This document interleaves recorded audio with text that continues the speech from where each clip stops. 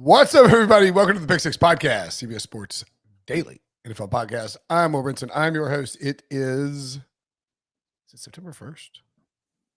It's September 1st. It's Wednesday, August 31st. Thursday, September 1st. If you're listening to the podcast in audio form. The final day of August, if you're watching on YouTube, youtube.com/pick6. Happy September if you're listening to the podcast. Or maybe you're watching late. Who knows? Anyway, we're going to do some Super Bowl futures. We're getting close to the start of the season. 1 week away, actually, from the start of the NFL season. Kind of crazy. It creeps up on you these days. Used to not surprise me. Now it always surprises me. Joining me to break down some Super Bowl futures, super acquaintance, Tyler Sullivan, a.k.a. Sully. What's up, buddy? What's up, Bill? How you doing? Yeah. Oh, no. You went robot on us. I know. Sorry, hang on. You're going to have to leave, and I'll filibuster, and then you can come back in. So Sully's, unless it's like actually my fault, which is entirely possible. Everything is my fault. By the way, make sure to check out tonight, if you're watching on YouTube, Fantasy Football Today Draftathon. I'll be on at 10:20 with Adam Azer and Nando DeFino. There will be shenanigans. There will be more shenanigans. Nando always shows up with prepared to mess with Adam Azer. And so I'm very excited for that because messing with Azer is fun. We're going to talk Super Bowl futures. Oh, Dom, shout out to birthday. Happy birthday. 42 years old. Way to be. You old man. I was actually sent in an article. Jordan Dajani is doing an article for CBSSports.com on Super Bowl futures and best win totals. And I think that when you look at the problem with Super Bowl futures these days, they're just shorting the market. It's just like the MVP. I talk about this all the time, I feel like, but it's very frustrating. I mean, the Bills are 6-1 and the Buccaneers are 7.5-1. Rams and Chiefs 11-1. Packers 12-1. I mean, the odds are just not fair for these Super Bowl futures. It's not reasonable. Like you cannot possibly. There can't be 3, 4, 5, 6, 7, 8, 9, 10. 11. There can't be 11 teams that have a 20-1 or better shot of winning the Super Bowl. Like it's not reasonable. They've just shortened it because they don't want to get burnt. And I get it. It's fine, whatever. But it's annoying because the Chargers are not 14-1 to win the Super Bowl. Right. It's just not the true odds of the Los Angeles. They didn't make the playoffs. They haven't made the playoffs the last 2 years. And so, and there's constant questions about, obviously Brandon Staley's not like on a super hot seat, but there's a world where if all of a sudden this doesn't end well, you have a loaded roster that's going to be questioned at the end of the season too. Yeah, if they miss the playoffs with this roster, people are definitely going to at least ask questions about, So what I'm saying is like, when you have a coach where it could teeter that quickly, all of a sudden you're talking to them about a Super Bowl favorite. It's just a weird kind of seesaw that you're looking at with the Chargers. Well, and look at like the Chiefs, right? So the Chiefs are plus 175 to win their division and 11-1 to win the Super Bowl. That doesn't add up. Yeah. I get the Packers minus 170 to win the division, 12-1 to win the Super Bowl. I get that. Bills, I guess 6-1. I get. I don't really think anybody should be under 10-1 to win the Super Bowl before the season starts. Certainly not two teams. But the Bucs are hemorrhaging injuries. I was just going to say, and especially a Buccaneers team where their quarterback just spent an 11-day hiatus doing something other than football. And you have an entire offensive line that completely is falling apart, particularly on the interior. You have Ryan Jensen, who wasn't put on the PUP list, so that obviously is a good thing for the Buccaneers. But you have questions about left guard. You obviously have Shaq Mason coming in at right guard. But the entire, basically, interior of that offensive line is completely different than it was a year ago. You still have the tackle spots and stuff like that. But what we've said all the time about Tom Brady is you pressure him up the middle, and that's a huge way to get at him. And so all of a sudden, if this thing is on the interior is so shaken up, that's one way that you can throw him off. And especially if he's holding the ball a little bit more. We talk about this too. Mike Evans, a little bit more of a deep threat. His short guy is Chris Godwin. And if he is not 100% as he's coming back from this ACL, that could force Tom Brady to hold the ball a little bit longer. And that opens the door for that interior to kind of be a little bit weakened. Yeah, it's I think it's a little bit like the Offensive Rookie of the Year award race where Vegas doesn't really know. They know there's this clump of teams. it's basically 10 teams that I think probably could win the Super Bowl. And they just don't want to get burnt by anybody. Yeah. And if you had the Eagles who are 35-1 earlier in the year, and then they have a good offseason, they're shrinking numbers on anybody who's getting peppered, and that's just what ends up happening. It ends up shrinking the numbers pretty drastically. All right, let's get into it then. So we'll start in the AFC. We're gonna do obvious pick, value pick, and long shot pick. The obvious AFC Super Bowl pick is blank, Sully. Buffalo Bills. I mean, it's they're chalk, but for me, you look at everything that they've done, their roster, even before this offseason, was one of the best in the NFL. They go out there and get Von Miller on defense. They draft Kyer Elam, cornerback, in the first round to go with Tre'Davious White whenever he's ready to come back. You already have great safeties. Like that secondary, that defense was already number 1 in DVOA a year ago, and you're only adding to it. So for me, it's just, and then you pair it with an offense that I think, as much as we questioned this offseason about Brian Daboll leaving and what that might do, everything we've seen this offseason in this preseason under Ken Dorsey, especially that second preseason game with Josh Allen playing, they scored 6 touchdowns on their first 6 possessions. All the signs are pointing to them being extremely, extremely threatening to win the Super Bowl this year. I mean, I got no arguments. I mean, that's kind of the. I mean, well, why? Who else would it be? It's like right. I mean, I guess you could say the Chiefs, but I don't think the Chiefs are obvious in that division. I mean, the Bills have every advantage you could possibly ask for. All right, let's run through the checklist of things you need to see from a possible Super Bowl winner. Elite quarterback, check. Depth across like high end roster, check. Good depth at important positions, check. Elite wide receivers, check. I mean, I guess that didn't really matter, but they got it. They've got pass rushers, check. Good protection, check. Good coach, check. Not horrible, but like easily winnable division, check. I mean, experience in the playoffs, check. Like they've got everything there that you could possibly ask for. And I'll give you one more. And this is what I think is kind of going a little bit under the radar here in terms of, again, we're looking at the roster, we're looking at everything that kind of makes up the Buffalo Bills. One thing that I don't think a lot of people are looking at is their rest advantage. Sharp Football Analytics has them as the number 1 team in rest edge advantage in the NFL this season. So when you say you have a super talented team and they're going to more often than not be more rested than their opponent, I don't know how you don't look at that and say number 1 seed, first round bye, and then you're off to the races.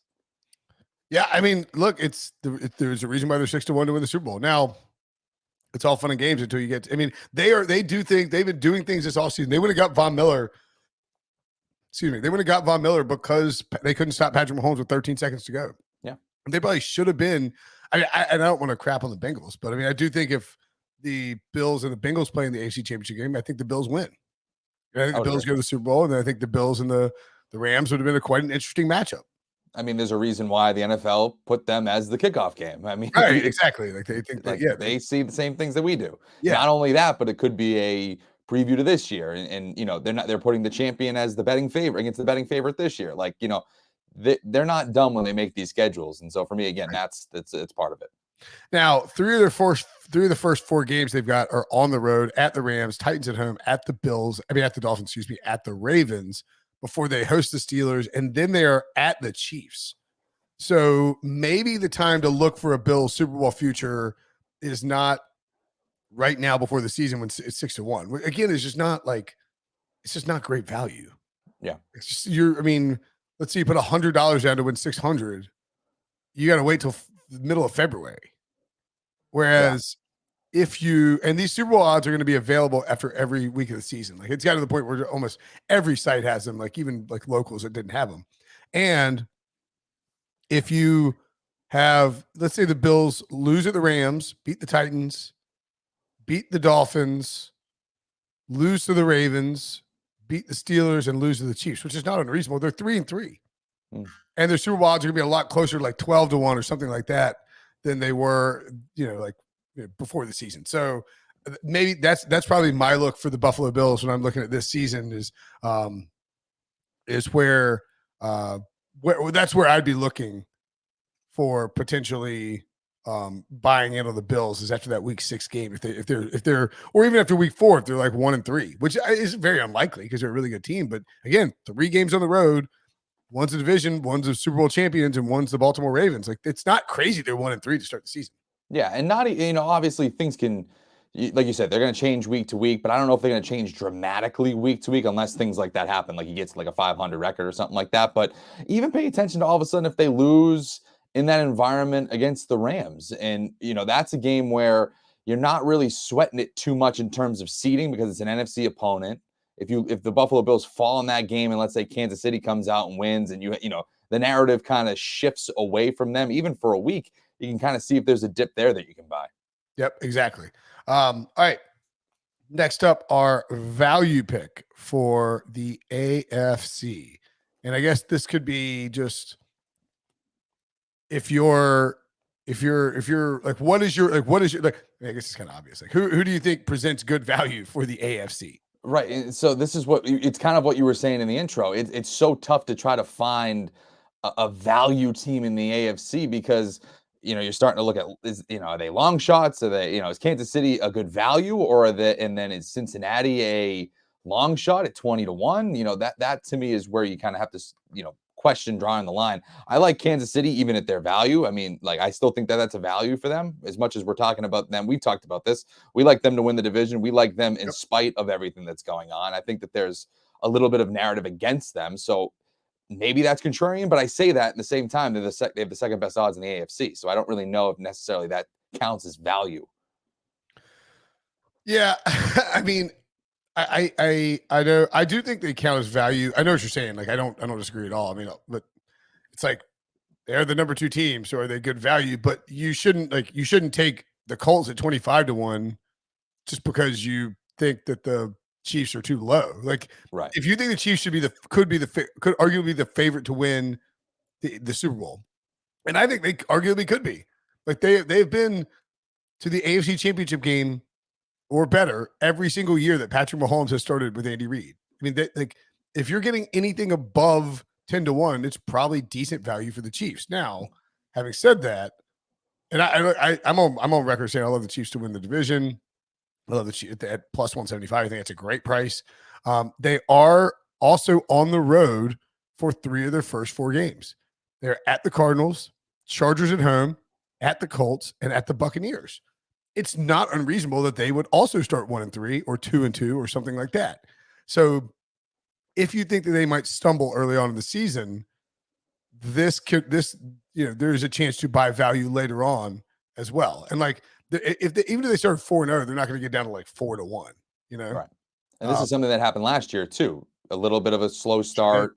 You're questioning, what's going on with the Kansas City Chiefs. And then the next thing you know, they're in an AFC championship. And so that they have a at least prior history of overcoming early struggles, which is again advantageous for bettors here. If all of a sudden that happens, you can. And their schedule is really hard, by the way. I mean, like, they have most difficult in the NFL. Yeah. So even after that Bucs game, it's Raiders at home, Bills at home, at the Niners, Titans at home, Jaguars at home, at the Chargers, Rams at home, at the Bengals, at the Broncos. I mean, golly. Yeah, like, that's, I mean, if they're coming out guns blazing and this offense is completely in sync, then maybe they're going to start. I think the Chiefs are a pretty good buy low team when you feel like they've hit their sort of nadir. I think I said it. Like, if they've nadir, like, coming, like, 4 weeks in, 6 weeks in, whatever it is, whether they're 3-3 or 2-4 or something like that, buy low on them because they're going to figure it out. But it may take them a little while on offense with all these new receivers and pieces in there. I think I would probably prefer preseason to bet on the Chiefs to win the division versus to win the Super Bowl, just because I do believe that value is going to shift pretty dramatically. My value team in the AFC was 20-1 until I sent in my picks to Jordan Ajani today. The Baltimore Ravens now 18-1. I've been talking about it as 20-1 for a while. I just think that they're mispriced. I mean, how are the Chargers 14-1 and the Ravens are 18-1? The Ravens have an easier path to win the division. No offense to the Bengals again. And the Bengals could even be a value team. They're mine. 20-1. Yeah. And I got no problem with the Bengals as a value team. I think the Bengals and the Ravens are being discounted for some reason. It's mainly because the Broncos and the Chargers are ahead of them, because the Broncos and the Chargers did all these sexy moves in the offseason. But the Chiefs, Broncos, and Chargers and Raiders all have to beat up on each other in that division. It's going to be really hard to get the number 1 seed coming out of that division. The Ravens and the Bengals benefit from the Deshaun Watson suspension. They benefit from all the turnover in Pittsburgh. And Baltimore dealt with a ton of injuries last year. They have a former MVP quarterback. They have an elite head coach. They have a strong offensive line. They have a good running game. They should get some regression to the mean on those injuries. And they have a lot of defensive players who I think can, make this team a top 10, top 5 defense if everything clicks right. So give me the Ravens at 18-1 to win the Super Bowl. I think that's a great value. Yeah, I love the Ravens this year. I think that they're going to be a team that, again, Lamar Jackson motivated for a contract. Yep. All of that stuff is very much trending in their direction. Positive injury regression. I think that all that stuff is going to really help them. For me, with the Bengals, to me, I just get very, uneasy when we kind of just look at a team and go, oh, well, they lost the Super Bowl, so that means that they're going to have this crazy hangover and they're going to stink. Sometimes that happens. There's a reason why that's a stereotype, but they don't fit that mold to me. I mean, everything that was wrong with that team, they fixed this offseason, particularly on the offensive line. That was a huge weakness for them over the last few years. They kind of surprised everybody, and in spite of all of that, made it to the Super Bowl. And even though they lost, everything that we kind of questioned about them as to why they were there, they've fixed this offseason. So why would we look at them like they're going to be worse? And I think Joe Burrow is a different kind of quarterback, different kind of mindset, where like losing a Super Bowl won't phase him as much. I think he can elevate and kind of, almost use it to, almost similar mentality, I think, to like Josh Allen, use it to motivation and kind of bring it up. And you have these wide receivers, T. Higgins especially, he's eligible for an extension this offseason. So not only are you getting year 2 of Jamar Chase, you're getting a T. Higgins that's going to be playing for a new deal. Whether or not he gets it, that remains to be seen. But you're talking about guys that are eligible for contract extensions, bitter from losing a Super Bowl a year ago, got better along the offensive line, and still have great pieces on defense. I don't know why we're looking at them just because automatically they lost the Super Bowl means that, let's throw it out. They're going to stink this year. I don't know if that's true. Yeah, I don't think they'll stink either. We are definitely down on them a little bit just because, I don't know. I mean, but that's it. Like, I don't know. You just like, they lost. So like, I don't know. Yeah, it's like, they got lucky, got to the Super Bowl. They'll have a little regression. Yeah, I mean, it's the AFC West factor, I think. That's what nobody else wants to mess with anybody, but it's the Bills in the AFC West. Like, it's either you're picking the Bills or you're backing one of these AFC West teams. And no, the AFC North is not popular. Like the Ravens and Bengals are not the popular teams this offseason. And they just have decent pathways to get to the playoffs, Yeah. All right, long shot in the AFC. I would say, Cincinnati's one of them, but I think even you mentioned it earlier. Indianapolis for me as a team that. So you're not going deep long shot. You got. No. Well, I'm going to be realistic. I'm not going to say like the Jaguars or something like that. Like, I'm going to go Jaguars. I'm going to make my argument for the Jaguars, and you come back and give you a long shot. Jaguars are 125-1. Do I think the Jaguars are going to win the Super Bowl? Of course not. It's very unlikely that they win the Super Bowl. Like the Jacksonville Jaguars winning the Super Bowl is not likely to happen. But the argument is this. They have Josh Allen as one of their pass rushers. They had Trayvon Walker. They have an elite young quarterback in Trevor Lawrence. And I saw Chris Trapasso and somebody else made this argument before, but it was like picking the Jets to win the Super Bowl because they fit the mold of the Bengals. Don't the Jaguars fit the mold of the Bengals from last year more than the Jets do? Like they have Doug Peterson, a Super Bowl winning coach, Doug Peterson. They have Trevor Lawrence, a second year quarterback who really only stunk because Urban Meyer was terrible. They have upgraded the offensive line. They upgraded the weapons. The coaching upgrade is massive, and they upgraded the defense. Like the division is not great. I don't think the Jaguars are going to win the Super Bowl, but I'll take them as the super duper long shot when they have the second worst number in the the 6th worst number in the entire NFL at 125-1, and that division is just not that good. I like it.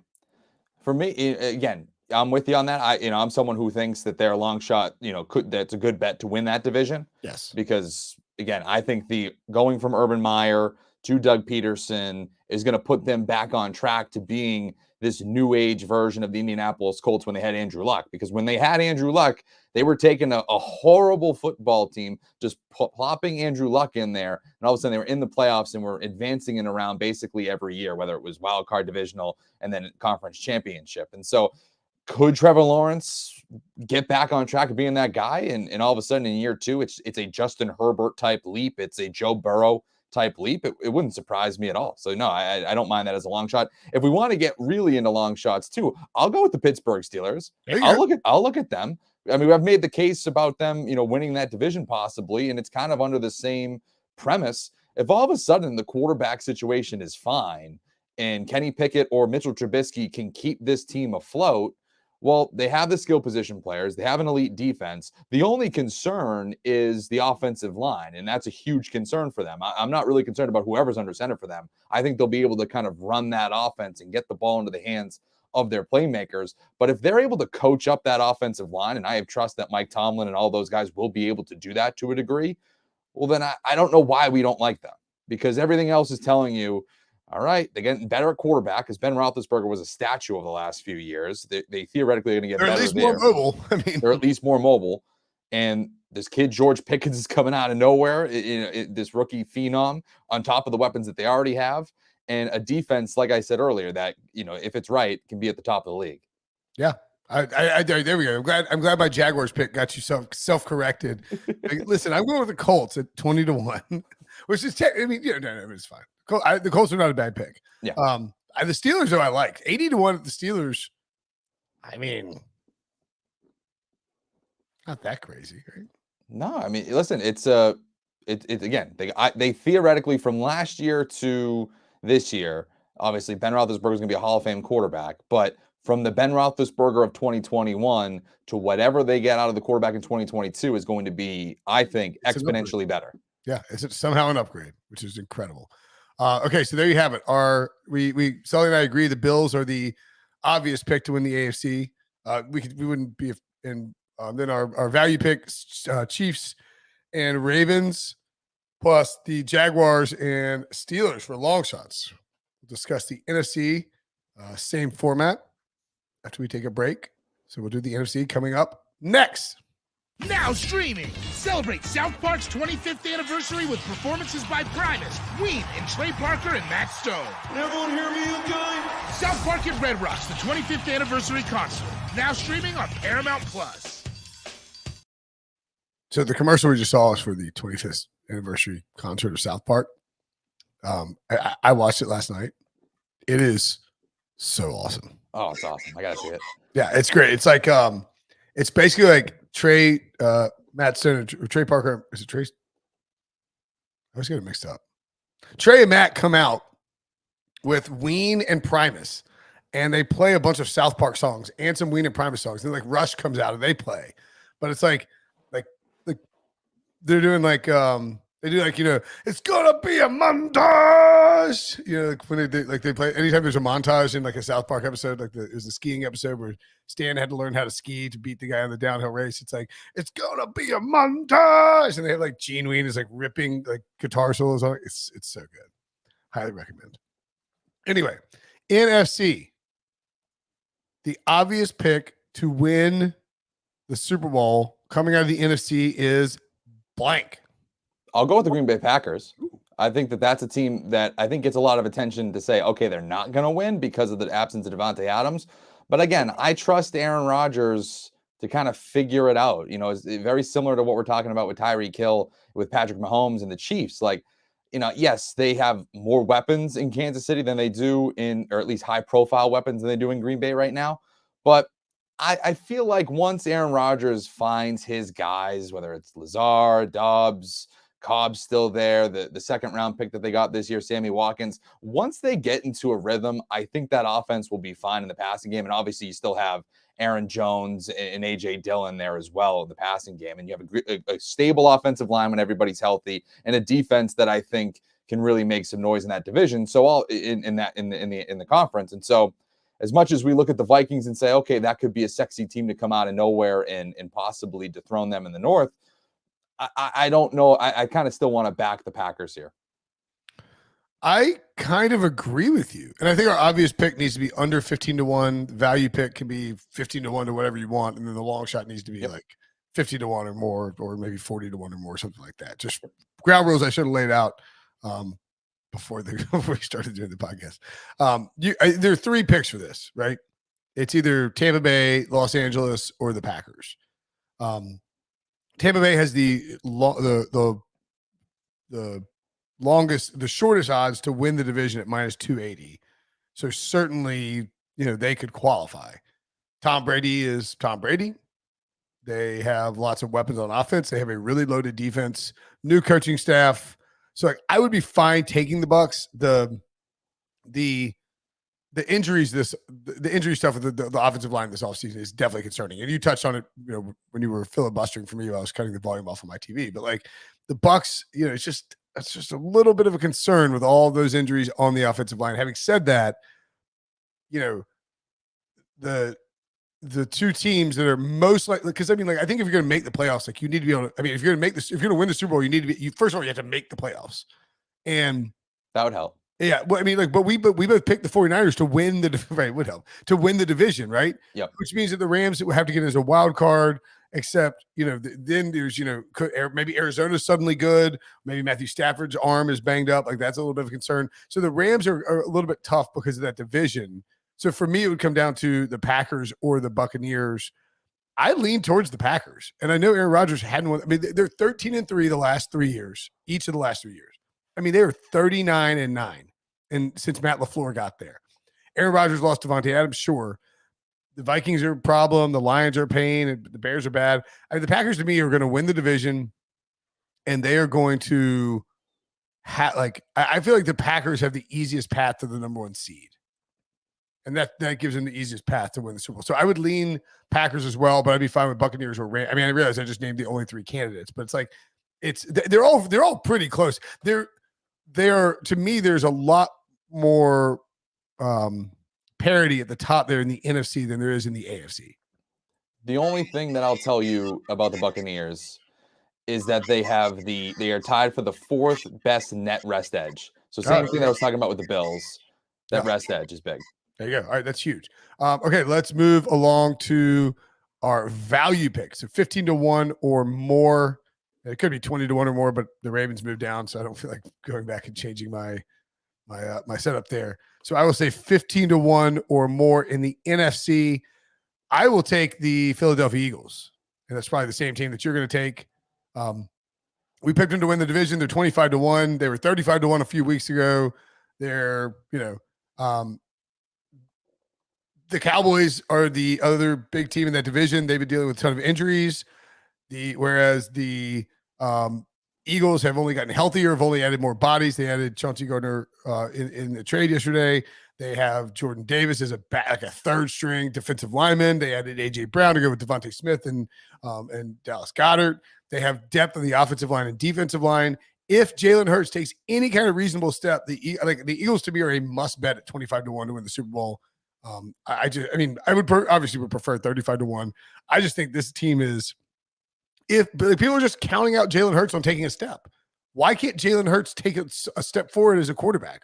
It's not like he's like 85 years old. We've just had this exposure to him for so long because he was with Bama, he was with Oklahoma, he was always in the national spotlight.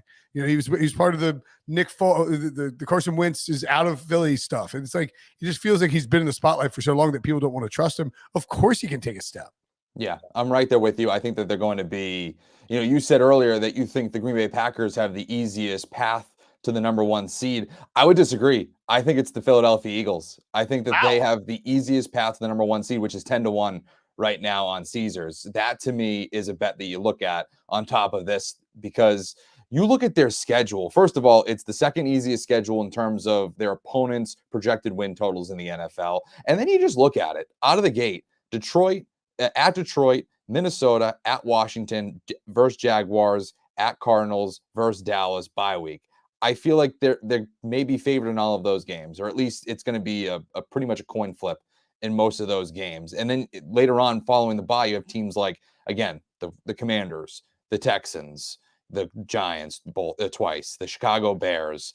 I see a lot of wins piled up there, and that's not, those are just kind of the gimme games. I mean, you could still be competitive against Tennessee. You'll be competitive against Dallas. I think you'll be competitive against Indianapolis and Green Bay. Like I could see you winning, not all of those games, obviously. You're not going undefeated, but there is an opportunity here for them to pile up wins. You talked about the roster. You talk about the leap that we think Jalen Hurts is going to make as a passer this year.